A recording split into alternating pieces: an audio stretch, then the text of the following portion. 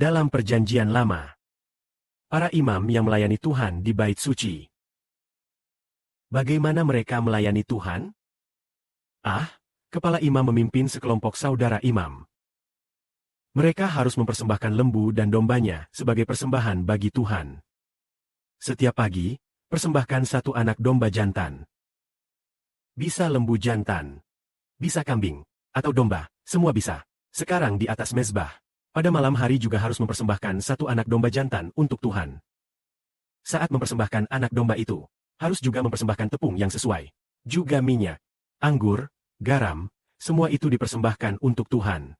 Dan juga harus menyalakan lampu di kaki lampu emas. Juga membakar dupa di atas meja emas. Dengan cara ini melayani Tuhan. Itulah yang disebut imam melayani Tuhan. Artinya apa? Artinya imam mempersembahkan makanan kepada Tuhan.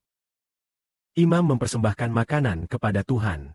Nah, Tuhan itu, misalnya, jika Tuhan itu seseorang, mulut Tuhan bisa diibaratkan seperti emas. Mezbah seperti mulut Tuhan. Membakar anak domba jantan di atas mezbah.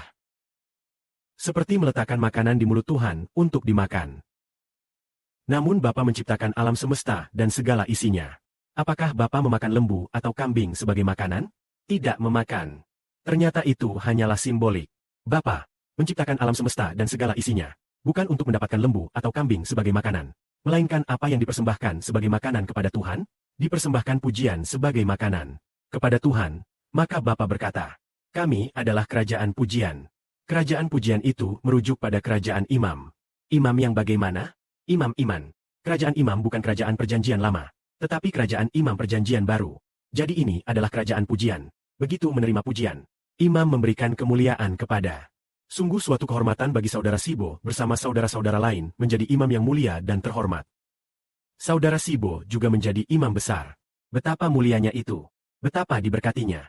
Dalam hidup kita. Tubuh kita belum berubah. Ya. Tubuh masih seperti ini. Biasa saja. Seperti dulu.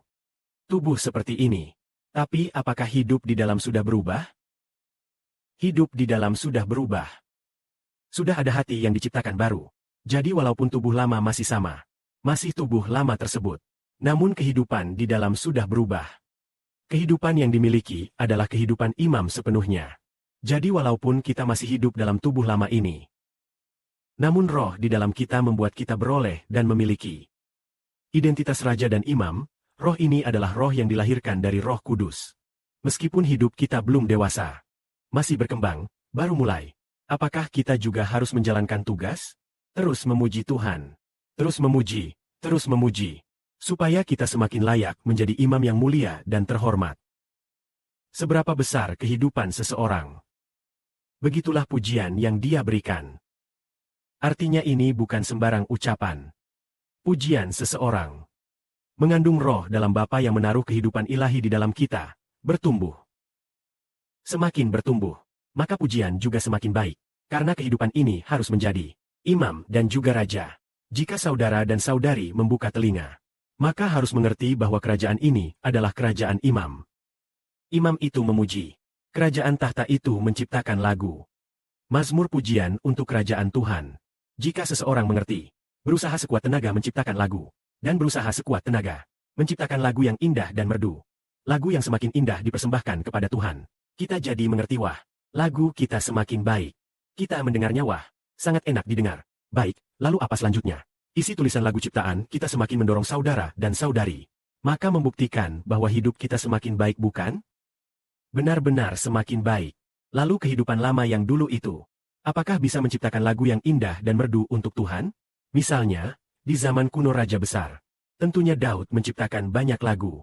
Banyak mazmur untuk memuji Tuhan. Apakah Daud orang yang dagingnya atau orang yang roh? Daud adalah orang yang daging. Lagu-lagunya masih agak disukai Tuhan. Sekarang kehidupan yang kita terima. Jabatan yang kita terima jauh lebih besar dari Daud. Kita menjadi orang ciptaan hati. Daud adalah orang berdaging. Daud pun manusia biasa. Tuhan sangat menyukainya. Apalagi kita sekarang menjadi milik surga. Benar-benar memiliki kuasa imam raja melalui kelahiran baru. Kehidupan yang baru ini. Maka kita harus berusaha sekuat tenaga menciptakan lagu untuk memuji Tuhan.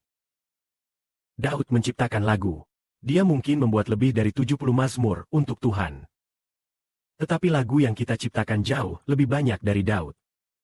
Dan lagu yang kita ciptakan pasti lebih menyenangkan Tuhan. Daud dianggap sebagai orang yang paling banyak menciptakan lagu, yang semuanya disukai Tuhan.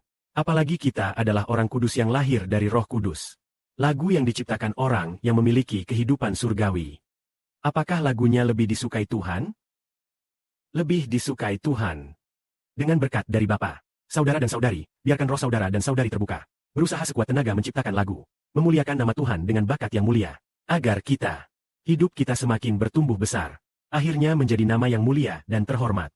Kehidupan yang mulia dan terhormat. Amin.